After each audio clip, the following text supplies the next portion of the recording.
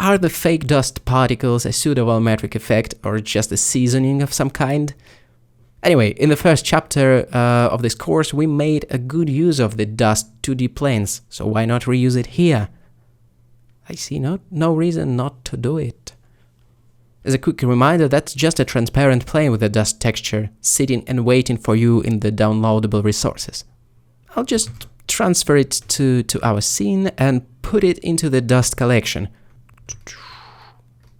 I can feel that my viewport is becoming pretty slow with all the layers we have added. It is a lot of transparency and overlapping transparency, which is even worse. It is getting a bit hard to tell what's going on. I hope you're able to see the dust particles though. I think the video compression shouldn't kill it completely. Alright, now switching over to the material editor with Shift F3 so we can change the emission color for this material, as if it reflects more of our sunshine, warmer color, something like that. It's like the elements belonging to the same group or source should probably match in terms of their color.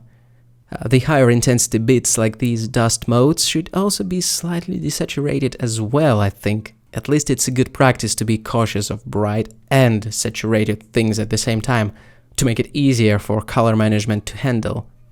I think I want to reduce the amount of dust too, so I'm crunching the blacks in the color ramp. That should do the trick. Well, maybe not as much crunch. And not as much emissive strength at the same time. It's a little bit hard to tell in the viewport though, to be honest. It'll be way clearer when we render it out. To help fake 3D depth, I usually make a few copies of that dust plane. Then some particles naturally fall out of focus, while other are imperfect sharpness, and it's a nice depth cue for us, the viewers. Randomizing the first copy a bit by rotating it the other way, like this. Honestly, I can hardly tell the difference yet, but I believe it is there. My intuition tells me it always works. So that's our second dust plane. Gonna create the third copy though, this time for the foreground. So I'm gonna press Shift D now. That will surely get us some bokeh circles. Yeah, can you see that? Probably not, looking at the noisiness in the viewport. See, moving circle. It almost looks like a dirt on the lens or something. That should be a lovely effect once we're able to see it. You know what, let me render it out for you, and we will have a proper look then. Let me first rename this one, Dust Plane 03.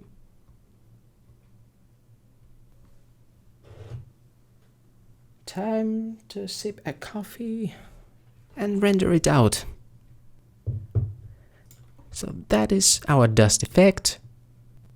That is the layer in sharpness. How about the second layer though? Okay, I wonder if you can see it. There is something there, but yeah, minor stuff indeed. The foreground bokeh circles extended vertically due to anamorphic lens squeeze though. That was worth the hassle.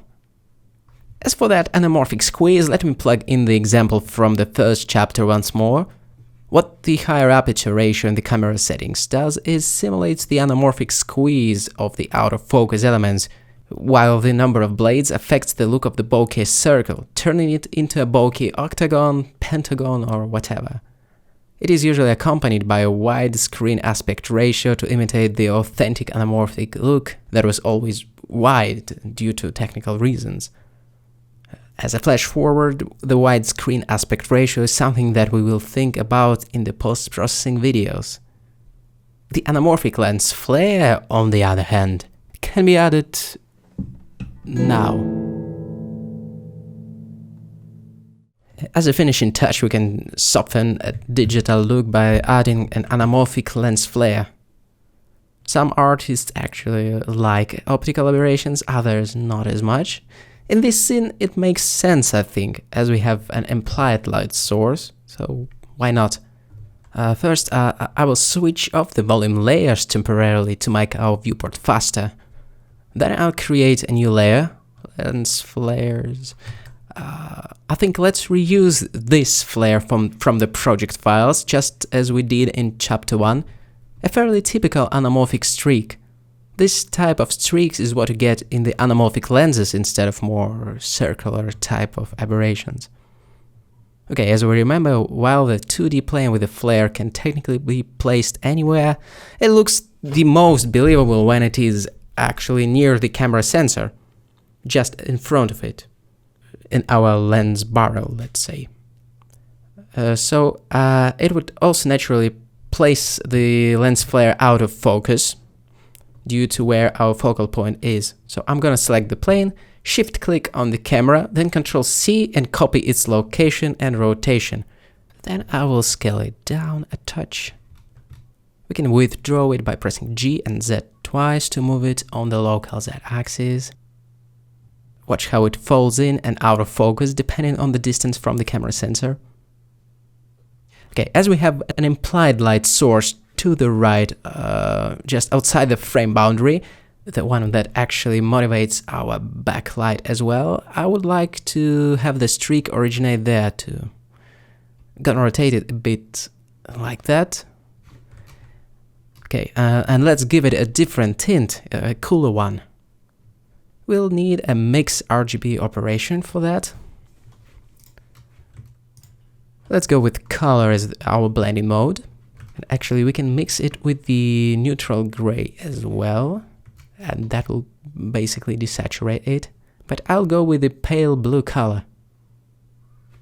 Speaking of blue, anamorphic flares are often blue or purple, sometimes more neutral though. We can make it any color we want really. Personally, I'm cautious of highly saturated mixtures for special effects and for everything else for that matter. So I'm using a neutral, slightly off to the blue side mixture, and the intensity which is rather subtle.